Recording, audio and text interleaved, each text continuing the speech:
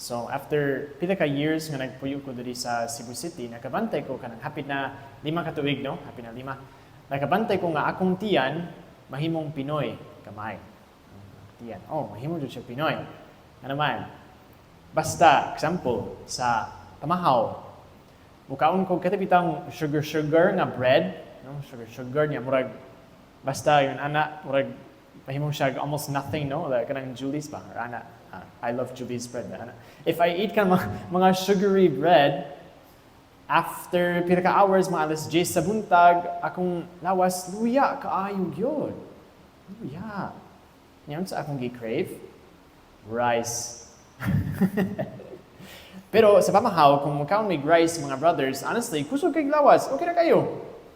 Okay na good. You know? Basta kayo makaon may pan. Pan is very good, but it's really true. Rice gives me energy. You know?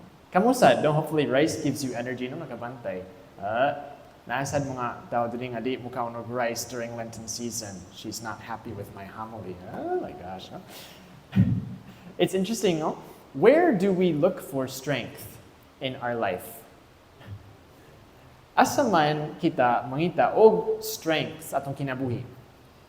Of course, sa physical level, na ay rice, very good. Hatag og kusog sa atong lawas, energy. We are happy, we have energy.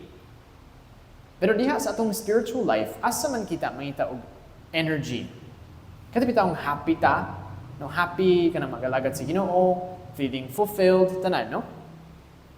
I think there's something similar with my example nga either when I eat kanang mga sugar bread or rice. In our gospel, diha sa atong ebanghelyo, ang example nga dihatag sa atong Ginoo is naayon sa katawo nga dato kayo. Ang pasabot ana, nangita siya og energy, spiritual fulfillment diha sa iyang kalag, diha sa mga material things. Okay? Of course, material things are good. Pero kana jud iyang kalipay, kana jud iyang ipangita. Nya asa man siya ni adto, hadlok kaayo, impyerno gid. Uy, hadlok kaayo. Nya na sa kapobre nga si Lazarus nga wala siya nakadawat og mga mga kwarta, mga nindot. Pero siya happy good after, no? It's like if we choose, we can choose, no, in our life. I think oftentimes kita man sad, especially during this Lenten season, we are reminded nga ang mga material things, no? Material things are good. Money is good. A house is good. So that we can help others, so we can live comfortably. Very good. But does that mean that is that where our heart is? No? Because if we put our heart only there, one day, ang atong mga material possessions mawala. Very simple. Bisan ang mga missionaries, no? Kita ang mga Brothers of St. John dali sa Faith Hub. Of course, mag-fundraising, mag-mission. But one day, ang Faith Hub, sorry to say, mawala siya. One day, we won't be in charge of the Faith Hub. We will be dead. Mamatay kitang tanan. And the question is, will our heart be fulfilled or not? Will we have strength in front of God or not? Where is our heart? To end this homily, I'll just read you nainit kayo nga prayer of Henry Nouwen, who's a famous writer. We'll just read this little prayer. No nga murag kitang tanan mahimong atong prayer very simply.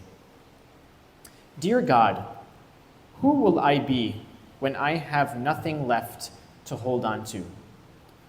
Who will I be when I stand before you with empty hands?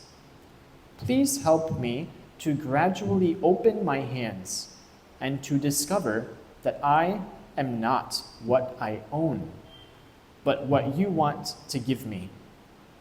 And what you want to give me is love, unconditional, everlasting love. Amen. Maayong adlaw kinintanan, ako di ay si Father Sam, brother of St. John, nga ma-assign diri sa Cebu City. Thank you so much. Salamat kayo sa pagtanaw sa akong homily, sa akong mga vlogs. I would like to invite you to subscribe sa akong YouTube channel para mas daghan mo mga lingaw o mga spiritual nourishment nga movies. Salamat kayo. God bless you.